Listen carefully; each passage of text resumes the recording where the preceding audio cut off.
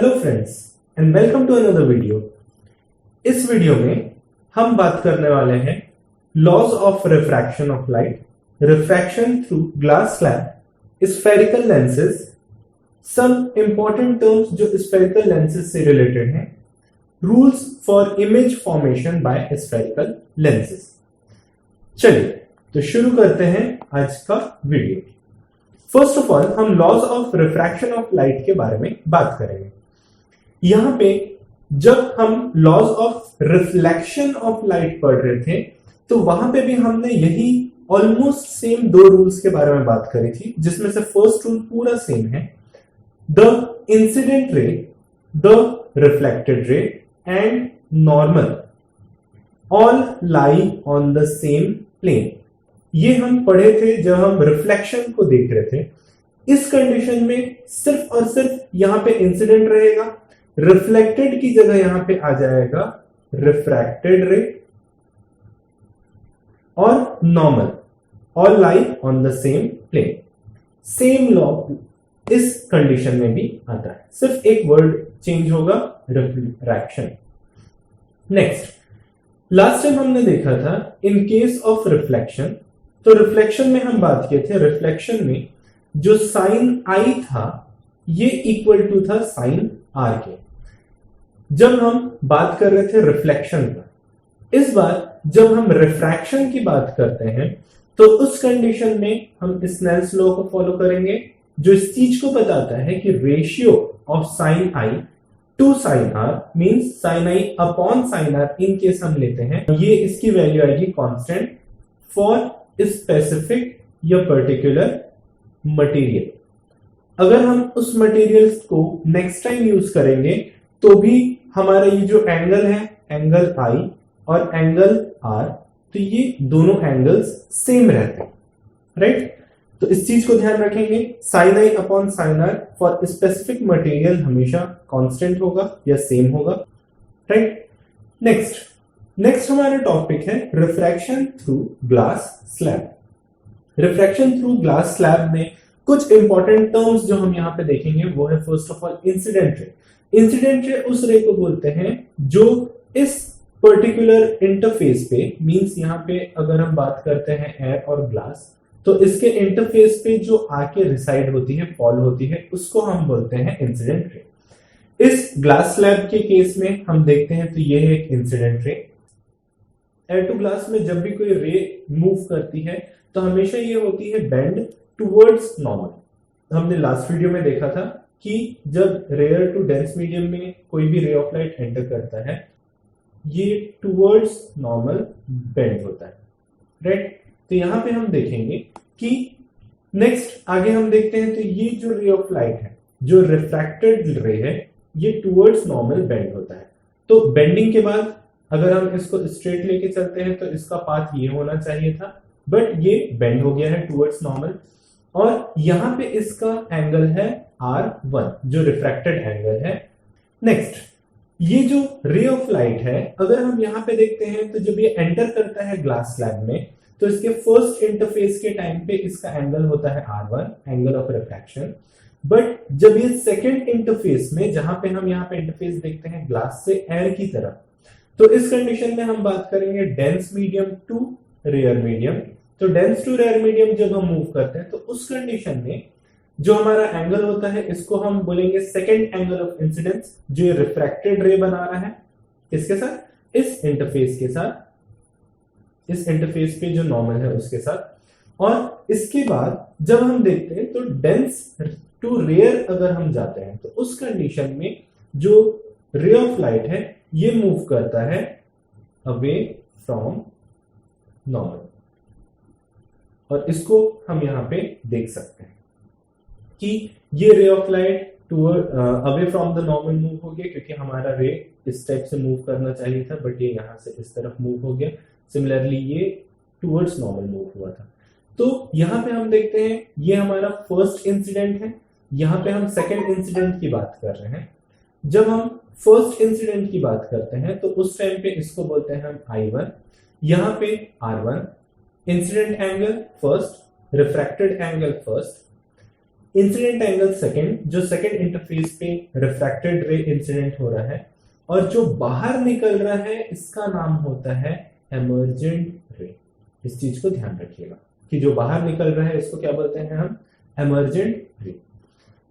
Next, जो glass slab होता है ये बेसिकली जो हमारा रे होता है उसमें सिर्फ और सिर्फ एक डिस्प्लेसमेंट शो कर रहा है, जिसको यहाँ पे अगर हम बोलते हैं कि इस रे ऑफ लाइट को अगर हम स्ट्रेट लेके जाते तो ये रे ऑफ लाइट स्ट्रेट इस टाइप से जाता, और अगर हम इस रे ऑफ लाइट को ऑब्लिकली ग्लास स्लैब के थ्रू पास करते हैं तो ये रे ऑफ लाइट कुछ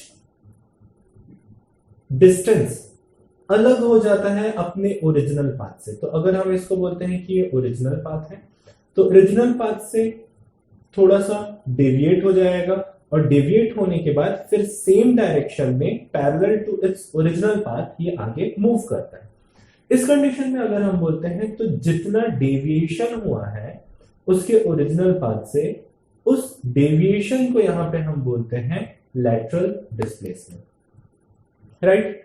तो रिफ्रैक्शन थ्रू ग्लास स्लैब में हम देखें incident ray, incident ray first interface पे पड़ता है bye angle of incidence I1, और वहां से जो एमर्ज होता है फर्स्ट इंटरफेस के बाद वो रे होती है रिफ्रैक्टेड रे। रिफ्रैक्टेड रे R1 एंगल बनाता है फर्स्ट नॉर्मल के साथ। जब वो सेकेंड इंटरफेस पे पड़ता है तो सेकेंड इंटरफेस पे वो एंगल बनाता है नॉर्मल के साथ I2, और जब ये बाहर निकलता है ग्लास स्लैब से तो ये कहलाता है एमर्जेंट रे, जो R2 एंगल के साथ बाहर निकलता है। यहां पे जब हम इसको कंपेयर करेंगे ओरिजिनल पाथ के साथ, ओरिजिनल रे ऑफ लाइट के साथ या डायरेक्शन के साथ, तो डायरेक्शन इसका सेम रहेगा, बस ये ओरिजिनल पाथ से कुछ डेविएशन अकर करेगा इसमें, राइट। तो ये था हमारा refraction through glass slab. Next topic पे हम जब आते हैं तो नेक्स्ट टॉपिक आता है हमारा इसका डिस्क्रिप्शन। जब रे ऑफ लाइट ऑब्लिकली स्ट्राइक करती है ग्लास स्लैब को, ऑब्लिकली मींस नॉट डायरेक्टली, जब ये डायरेक्टली मींस 90 डिग्री पे स्ट्राइक नहीं करती है, 90 डिग्री को छोड़ के किसी भी एंगल पे जब ये स्ट्राइक करती है तो उस कंडीशन में जो पॉइंट ऑफ इंसिडेंस है वहां पे ये बेंड होगी टुवर्ड्स नॉर्मल, और जैसे जैसे वो आगे मूव करता है तो optically rare to dense medium में जैसे मूव करेगा फर्स्ट इंटरफेस में तो टुवर्ड्स नॉर्मल वो बेंड होता है। Similarly second point of incidence में जब optically dense to rare medium में मूव करता है तो उस कंडीशन में हम बोलते हैं तो कि रे ऑफ लाइट जो है ये bend away from the normal होएगा, राइट। नेक्स्ट अगर हम आगे देखते हैं तो नेक्स्ट कंडीशन में हम यहां पे देखते हैं कि जब रे ऑफ लाइट ग्लास से बाहर निकलता है तो उसमें एक डेविएशन अकर होता है, इसके पाथ एक डेविएट हो जाता है अपने ओरिजिनल पाथ से, जिसको हम बोलते हैं यहां पे लैटरल डिस्प्लेसमेंट। पर जो डायरेक्शन ऑफ लाइट है वो सेम रहेगा, इस चीज को ध्यान दीजिएगा। इसीलिए जो ओरिजिनल पाथ की जो लाइट है और जो फाइनल एमर्जेंट रे है दोनों पैरेलली सेम डायरेक्शन में मूव करेंगे। अब अगर कोई ray of light perpendicular fall होता है ग्लास स्लैब में, मींस ये ऑब्लिकली इंसिडेंट या ऑब्लिकली स्ट्राइक नहीं करता है ग्लास स्लैब को, तो उस कंडीशन में यहां पे कोई भी लैटरल डिस्प्लेसमेंट देखने को नहीं मिलेगा, मींस कोई भी डेविएशन देखने को नहीं मिलेगा, और जिस डायरेक्शन में जो रे ऑफ लाइट मूव कर रही थी वो सेम पाथ में आगे मूव करेगी, इसमें कोई भी डेविएशन नहीं होगा। नेक्स्ट टॉपिक आता है हमारा spherical lenses. Spherical lenses last time जब हम स्फेरिकल मिरर की बात किए थे तब हम स्फीयर देखे थे, जो मिरर का स्फीयर था, हॉलो मिरर का स्फीयर। इस बार हम लेंस की बात कर रहे हैं तो यहाँ पे हम दो स्फीयर को देखेंगे। जब हम बात कर रहे हैं यहाँ पे कॉन्वेक्स लेंसेज की, तो जब हम यहाँ पे दो स्फीयर को देखेंगे ग्लास स्फीयर्स। अब ये जो दो स्फीयर है इसको जब हम इस टाइप से मर्ज कर देते हैं और उसके बाद हम अगर ये वाला पोर्शन इसका कट करके निकाल देते हैं, सिर्फ इतना सा पोर्शन, तो हमको मिलता है एक इस टाइप का फिगर। ये जो फिगर है जिसमें जो आउटर पार्ट है उसमें लाइट इंसिडेंट होने वाली है, यहां पे भी दोनों साइड से जो आउटर पार्ट है इसमें लाइट जो है वो इंसिडेंट होने होगी। तो उस टाइप के लेंस को हम बोलते हैं कॉन्वेक्स लेंस। यहां पे दो अलग अलग स्फीयर को यूज कर रहे हैं हम, हो सकता है इसको हम मानते हैं 1, इसको हम मानते हैं 2, तो दो अलग अलग स्फीयर्स को यूज कर रहे हैं, इसीलिए यहां पे इसको बोला जाता है double plano convex lens. Plano convex lens means जो यहां से स्टेप से कट करके एक दूसरे में चिपका दिया गया, राइट? तो इसलिए इसका नाम पड़ता है डबल प्लेनो कॉन्वेक्स लेंस। तो इस टाइप से हम एक कॉन्वेक्स लेंस को बनाते हैं। नेक्स्ट हमारा आता है कॉनकेव लेंस। कॉनकेव लेंस में हम एक पूरा मिरर लेते हैं, सॉरी एक पूरा हम ग्लास का बेस लेते हैं और उसमें से हम इस टाइप से इस स्ट्रक्चर में एंड इस स्ट्रक्चर से ग्लास को काट के निकाल देते हैं, ताकि हमारा जो फाइनल शेप है वो हमको इस तरीके से मिल सके, जिसमें हमने इसको कट करके निकाला है और इधर से इसको कट करके निकाला है। इस कंडीशन में अगर हम देखते हैं तो हमारा रे ऑफ लाइट जब इंसिडेंट होगा तो हमारा रे ऑफ लाइट इस केव टाइप के स्ट्रक्चर के अंदर इंसिडेंट होगा, इसीलिए हम इसका नाम देते हैं कॉनकेव लेंस। इसको याद करने का सिंपल मैंने मिरर के केस में बताया था, केव मींस अंदर वाले पार्ट पे जब लाइट इंसिडेंट होती है, तो उस टाइप के लेंस या मिरर को कॉनकेव लेंस या कॉनकेव मिरर बोला जाता है। तो इस टाइप से हम देखते हैं कि स्फेरिकल लेंसेज दो टाइप के होते हैं, एक होता है कॉन्वेक्स लेंस, एक होता है कॉनकेव लेंस। जिस टाइप से कॉन्वेक्स लेंस को हमने डिफाइन किया उसी तरीके से कॉनकेव लेंस को भी अगर हम देखें तो ये दो अलग अलग स्फेरिकल पार्ट के टुकड़ों को जोड़ के बनाया गया, इसलिए इसको बोलते हैं हम double concave lens, right? Next कुछ इंपॉर्टेंट टर्म्स हम देखेंगे इन टर्म्स ऑफ लेंस, जैसे कि ये जो टर्म्स है ये कॉनकेव और कॉन्वेक्स दोनों के लिए सेम रहेंगे, इसलिए कंफ्यूज मत होइएगा। यहाँ पे हम कॉन्वेक्स के अकॉर्डिंग देख रहे हैं बट कॉनकेव के अकॉर्डिंग भी ये सारे टर्म्स सेम रहते हैं। यहाँ पे हम फर्स्ट ऑफ ऑल देखते हैं, फर्स्ट टर्म हमारा जो होता है centre of curvature. Last time हमने मिरर में पढ़ा था जो स्फीयर हम यहाँ पे यूज करते हैं, जैसे कि यहाँ पे, तो इसमें जो C है C1 ये C2 ये सेंटर ऑफ कर्वेचर को शो करता है of sphere 1 and centre of curvature of sphere 2। Similarly हमने लास्ट टाइम देखा था कि अगर हम इसको पर्टिकुलर इस पॉइंट को ऑप्टिक सेंटर बोलते हैं O, तो O से C के बीच के डिस्टेंस को मतलब मिड पॉइंट को, ये अगर मिड पॉइंट है O और C का, तो मिड पॉइंट को हम क्या बोलते हैं F1। सिमिलरली C2 और O के बीच के मिड पॉइंट को हम यहाँ पे डिनोट करते हैं F2 से। यहाँ पे इस चीज को ध्यान दीजिएगा कि जब हम लेंस की बात करते हैं तो हम यहाँ पे टर्म्स C1 और C2 ना यूज करके इसको बोलेंगे हम 2F1 और 2F2। ये दोनों कंडीशन में रहेगा, चाहे हम कॉन्वेक्स लेंस की बात करते हैं तो भी, चाहे हम कॉनकेव लेंस की बात करते हैं तो भी हम इसको 2F1 और यहाँ पे हम इस पॉइंट को बोलते हैं 2F2। इस चीज को ध्यान दीजिएगा। तो हम यहाँ पे फर्स्ट ऑफ ऑल देखते हैं centre of curvature. Centre of curvature को हम इस कंडीशन में C1 और C2 के हिसाब से डिनोट नहीं करेंगे, हम इसको डिनोट करेंगे 2F1 और 2F2 के हिसाब से।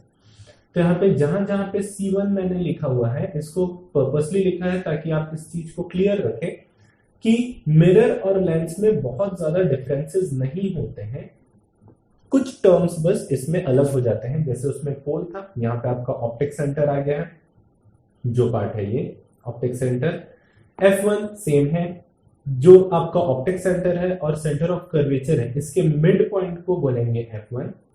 रेडियस ऑफ कर्वेचर की अगर हम बात करते हैं या रेडियस की बात करते हैं तो सिंपली ऑप्टिक सेंटर से इस पर्टिकुलर पॉइंट से जो सेंटर ऑफ कर्वेचर है C1 या फिर यहां ऑप्टिक सेंटर से C2, इसको हम बोलते हैं रेडियस ऑफ कर्वेचर। नेक्स्ट आता है F1 फोकल लेंथ, जो आपका ऑप्टिक सेंटर है, ऑप्टिक सेंटर से फोकल लेंथ फोकस तक F1 तक, या फिर ऑप्टिक सेंटर से आप F2 भी ले सकते हैं, इसको बोलते हैं फोकल लेंथ। अगर हम बात करते हैं प्रिंसिपल एक्सिस की, तो वो एक्सिस जो सेंटर ऑफ कर्वेचर और ऑप्टिकल सेंटर को कनेक्ट करते हैं। Centre of curvature mean C1 C2 या 2F1 2F2 और ऑप्टिक सेंटर, इन तीनों को ये जो लाइन कनेक्ट करती है इसको हम बोलते हैं प्रिंसिपल एक्सिस। जो डायमीटर है इस लेंस का, इसको हम बोलते हैं अपर्चर। तो अपर्चर को हम यहाँ पे डिनोट किए हैं x डैश से, तो ये होता है हमारा डायमीटर।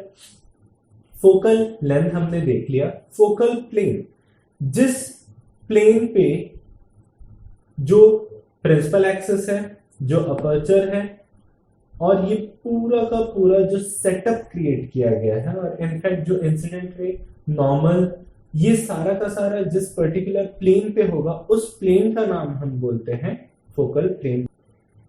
नेक्स्ट हम देखते हैं rules for image formation by spherical lens. अब यहाँ पे 3 रूल्स होते हैं जिसके अकॉर्डिंग हम इमेज फॉर्म कर सकते हैं through spherical lens. Spherical lens में अगर कॉन्वेक्स लेंस और कॉन्केव लेंस के इमेज फॉर्मेशन के केसेस की बात करेंगे तो वो हम नेक्स्ट वीडियो में चेक करेंगे। यहां पे हम सिर्फ और सिर्फ रूल्स चेक कर रहे हैं for image formation by spherical lens. तो यहाँ पे फर्स्ट रूल हमारा बोलता है, जैसा कि हमारा मिरर में था, सेम यहाँ पे भी वही रूल रहेगा। ये हमारा है यहाँ पे फर्स्ट रूल कि अगर कोई ray of light parallel to principal axis move करती है तो उस कंडीशन में आफ्टर रिफ्रैक्शन, इस लेंस के थ्रू रिफ्रैक्शन के बाद हमेशा वो ray of light through focus move करेगी। बट यहाँ पे मिरर नहीं है, यहाँ पे रिफ्रैक्शन का कंसेप्ट है, इसलिए सिर्फ बेंडिंग ऑफ लाइट हमको दिखेंगी, ना कि रिफ्लेक्शन का कंसेप्ट हमको यहाँ पे दिखेगा। तो कॉन्वेक्स लेंस के केस में हम देखते हैं कि फर्स्ट रूल हमारा क्या बोल रहा है, पैरेलल टू प्रिंसिपल एक्सिस अगर कोई रे ऑफ लाइट आती है तो आफ्टर रिफ्रैक्शन वो F2 के थ्रू, फोकस के थ्रू मूव करेगा, राइट। नेक्स्ट, अगर कोई रे ऑफ लाइट, ये हमारा सेकेंड रूल है, अगर कोई रे ऑफ लाइट फोकस के थ्रू आ रही है तो आफ्टर रिफ्रैक्शन ये parallel to principal axis move करता है, सेम एज मिरर। पर मिरर में फिर भी मैं बता रहा हूं रिफ्लेक्शन का कंसेप्ट आता था, यहाँ पे रिफ्रैक्शन या बेंडिंग का कंसेप्ट आ रहा है। बाकी सारी चीजें आपको सेम पढ़नी है, right. First rule, parallel to principal axis after refraction going या passing through focus. Second rule, starting में for passing through focus and after refraction going parallel to principal axis. Third हमको बोलता है कि अगर कोई ray of light optic centre पे directly incident होती है तो उसमें हमको कोई भी रिफ्रैक्शन या बेंडिंग देखने को नहीं मिलेगी। अगर कोई ray of light optic centre पे डायरेक्टली इंसिडेंट होती है, ये रे ऑफ लाइट है, ये ऑप्टिक सेंटर पे डायरेक्टली इंसिडेंट हो रही है, तो ये किसी भी तरीके से बेंडिंग शो नहीं करती है और रे ऑफ लाइट स्ट्रेट निकल जाएगी। ये था हमारा third rule according to convex lens. अब यही रूल्स हम देखेंगे कॉन्केव लेंस के केस में। जैसे कि फर्स्ट रूल हमारा यहाँ पे था, parallel to principal axis after refraction passing through focus. यहाँ पे सिर्फ एक थोड़ा सा कंसेप्ट चेंज होएगा, क्योंकि जो कॉन्वेक्स लेंस है ये कन्वर्जिंग लेंस है, इसलिए यहाँ पे जो रे ऑफ लाइट है ये एक्चुअल में कन्वर्ज होती है थ्रू फोकस। बट यहाँ पे अगर अपन कॉन्केव लेंस की बात करते हैं तो कॉन्केव लेंस डाइवर्जिंग लेंस कहलाता है और ये लाइट को बाहर की तरफ डाइवर्ट कर देगा, राइट। तो ये जो लाइट है ये एक्चुअल में फोकस के थ्रू पास नहीं होती, पर अगर हम इसको पीछे प्रोड्यूस करते हैं तो उस कंडीशन में हमको ये अपीयर होगा कि ये जो रे ऑफ लाइट है ये फोकस के थ्रू पास हो रही है।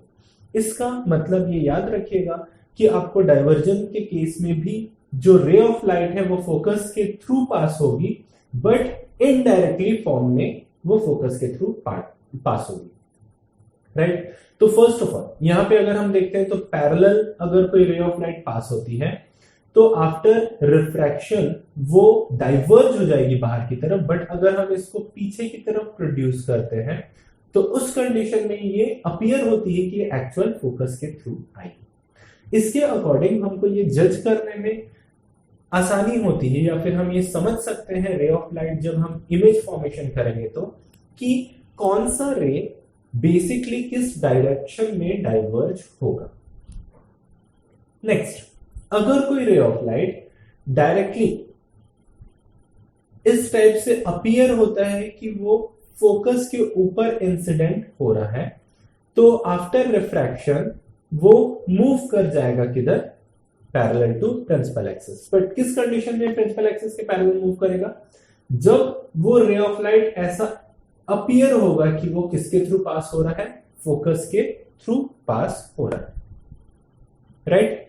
तो यहां पे हमारा सेकंड रूल था कि जब कोई ray of light concave lens के केस में ऐसा अपीयर होता है कि वो फोकस के थ्रू पास होगा, तो आफ्टर रिफ्रैक्शन वो parallel to principal axis move कर जाता है।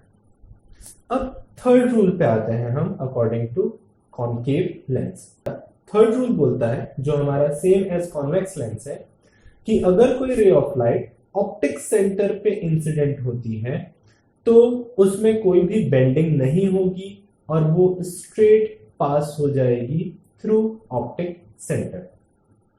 तो ये थे rules for image formation by spherical lens. Next video में हम image formation by spherical lenses means image formation by convex lens and image formation by concave lens के अलग अलग पार्ट्स को, अलग अलग केसेस को स्टडी करेंगे। Till then, stay safe, study well, and all the best for your future. Thank you.